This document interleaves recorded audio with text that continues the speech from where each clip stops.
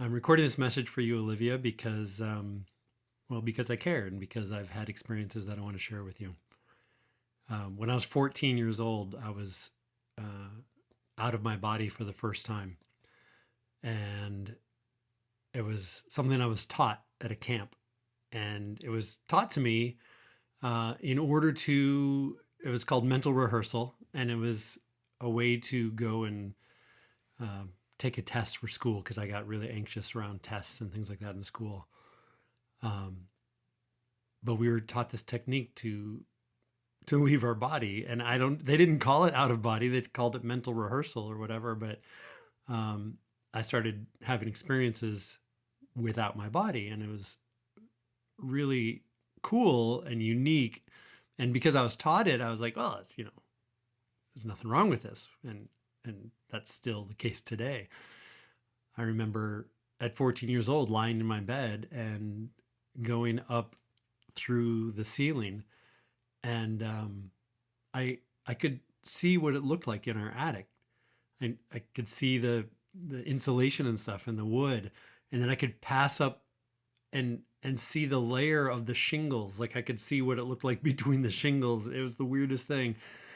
And then go up above the house and be able to see my neighborhood from above. And I remember being up, like, it felt like 50, 60 feet in the air, like a few stories up. That was when I was 14. And then at 24, I had an experience with my brother in the hospital, where he was out of his body. And when he returned, he he passed through me. Like, I don't know how else to explain it, but I'm sitting there looking at him, and he's kind of got dead eyes, and there was no life to him, even though he was breathing. It was weird. Um, and then I feel this rush come through me, and it was like I saw something, some essence of him come through me and go into his body, and his eyes open, and all of a sudden he was present with me, and he was there, and he was awake, and he was alive. And I lost it. I completely lost it and just started crying like I had never cried in my entire life, because I knew at that moment, I knew what I had been doing when I was 14. I knew what my brother was doing. And I knew that nothing in this reality is very real. Like, my physical reality, this table in front of me, the bed that I was sitting on, like, how could any of that be real if my brother could just pass through me like that? And that was really the beginning of my journey of knowing that there's something more than this physical reality that's around us. I've had so many experiences since then that have taught me and shown me. I've experienced so many things, including death. Um, did I come back to my body, and am I here? Yes. Was it a near death experience? No, it was actually a meditation, but I thought I was going to die. I left my body in a bizarre way. I thought I was going to hell. The the trees were actually encouraging me to go, and I got pulled down into the ground, which was scary. And when I was there, the birds and the animals were encouraging me to come back, saying, "No, that's death. If you go there, that's death." And that began my fascination with death. And it was during that time that I understood that the the moment between life and death, like, it's right here, it's right around us, but it's seamless. That I could be alive in this body in this moment, and I could maybe close my eyes and go to sleep and leave my body, but my body's still alive. But at some point in our life, there's going to be a moment where we have that transition where we leave the body as if for sleep, but we don't come back. But it's that simple, it's that beautiful. What I was shown one time, I was in a pool of water, and it was like the water was my body. but there was no structure to the pool. I actually saw a TikTok video where somebody created this with animation or something, but it was like a block of water, and I was inside of it. And I rolled out the side of the water, the wall, the edge of the water, and now I'm in the air. And it was so, so clear to me that that is what the experience of death is like. That one moment we're in the body with awareness, and the next moment we're outside of the body with the same awareness. I've had I don't know if I guess it's privilege, but also the experiences of um, being with seriously injured people, being with a deceased person or people, and I've also had the experience of being there for a transition of my father. And because of what I know, because of what I've experienced, it's the first time it could be really scary. But I know that person who was just a person a moment ago in their body, animating their body, they're still there. They're just not in their body anymore, but they're not ready to let it go. And depending on how it happened, they could be very peacefully there in the moment, watching their body and me or you or whoever. Or if it's a traumatic experience, they could be kind of confused. Like, what the hell is going on? My body's right there. Why aren't I moving? I'm trying to talk. I'm trying to scream. There's someone there with me. But what they're experiencing is everything. They're experiencing all feelings of love and joy and sadness. And I know about the experience that you had. And I know that in that moment, he was out of his body, looking at his body, wondering what the hell just happened, but also so grateful for a stranger to be there caring for the body that he's not going to use anymore. And that's okay, that he's had his experience. And maybe that's all he came here to have, was the lifetime that he led.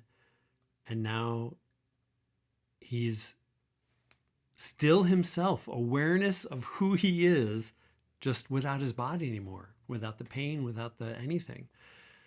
And he can go on and come back to another body, another lifetime, or he can choose to continue to raise his vibration, become everything and everyone all at once. And that's how we kind of experience what it's like being out of our bodies.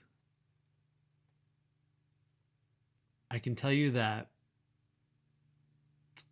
when I was with my father, he was seeing people, and I don't think he was crazy. I've had enough of the experiences that I know what he was seeing was the veil coming down. He was very close to stepping across to the other side, and he was seeing people and he was talking to them. And at one point he said, "I'm not ready yet." And I said, "Who are you talking to?" And he said, "It's my father. He's up there in the corner of the room." I'm like, it was wild. But so often people hold on to their life and their body for someone else, for their children, for their loved ones. And so it's a really beautiful thing to be able to allow them to let go and to say, "I love you. It's going to be okay. I'm going to be okay." And I said to my father, "We all love you. You don't have to hold on for us.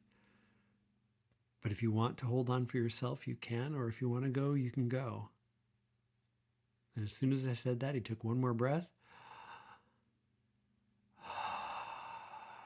and exhaled, and he was gone. I could see the look in his eyes that the body was no longer him. It's just a shell. It's just the outfit, the suit that we're wearing to this lifetime. But it's such a beautiful opportunity for us to help someone and to be with someone in a situation like that, to be there for them, to care for their body, because they are aware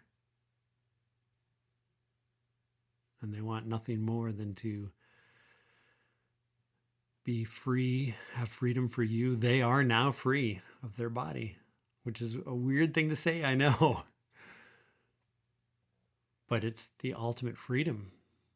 You have a thought and it's yours. You have a desire, it's yours. But why are we here? Why are we here on this planet? Well, we're here to have experiences, and those experiences are sometimes painful and difficult. And that's why there's duality. That's why there's good and bad in the world, because we're here to have those experiences. So every one of these experiences that we're having is contributing to whatever that is. You could call it source or the void or the mind of God. I don't know. It doesn't matter what you believe in. We're dropping a drop of water in the ocean.